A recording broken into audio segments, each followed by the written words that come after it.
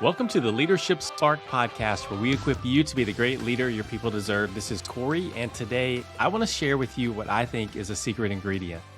I want to share with you something that I think is a significant business strategy. I want to share with you something today. If you do this one thing, it will absolutely 100% guaranteed increase the performance of your team. And I'm going to talk about it over the next 2 to 3 days because I want to give you pragmatic ways that you can do this. But at the end of the day, the one thing that can unlock the potential on your team, the one thing that can unlock performance and take it to a completely different level is to do one thing, and it's to start with story. Now, I'm curious, as you hear that, what do you think?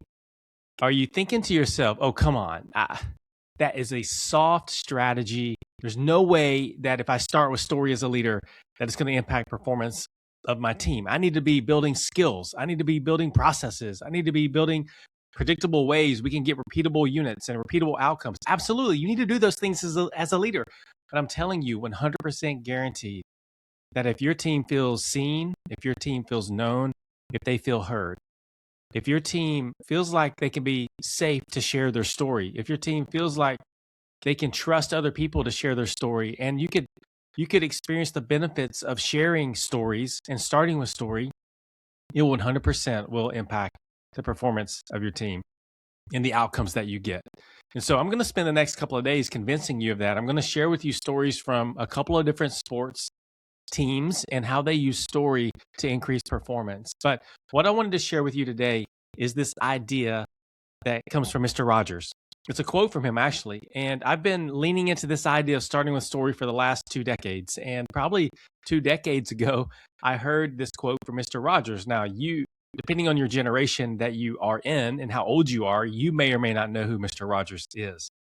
But for me, when I was a very small kid, there's Mr. Rogers' Neighborhood. And so I am familiar with Mr. Rogers. And there's a quote that he says that completely changed the way I think about story. And honestly, it completely changed the way I thought about myself as a leader and what it meant to build a team.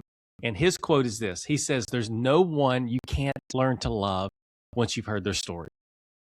There's no one you can't learn to love once you've heard their story. Now, we don't use the word love a lot in work, but there's no one you can't learn to have more empathy for. There's no one that you can't learn to have more compassion for. There's no one that you can't learn to trust more. There's no one that you can't learn to see the world the way that they see the world.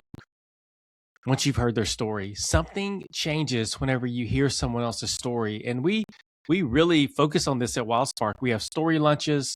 We have story content in our WildSpark product because we really think that this is very important as a leader to do.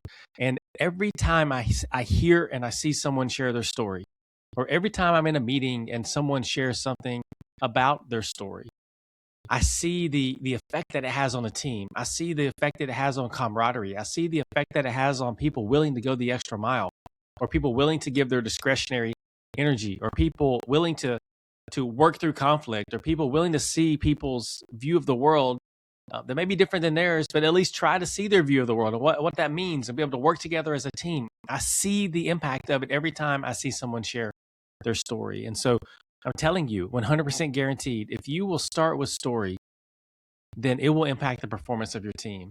And honestly, there's no one you can't learn to understand, or no one that you can't learn to love, as Mr. Rogers says, once you've heard their story. And so I want you to lean in over the next couple of days, because I'm going to share an example from the New England Patriots and the University of Georgia football teams, and ways that they have taken this idea of story and implemented it into their team dynamic and their culture. And it has really had a significant impact on performance on the field with both of these teams to win a lot of football games. And so tune in tomorrow. We're going to talk about the New England Patriots and the 4 H's that they use to be able to build teams.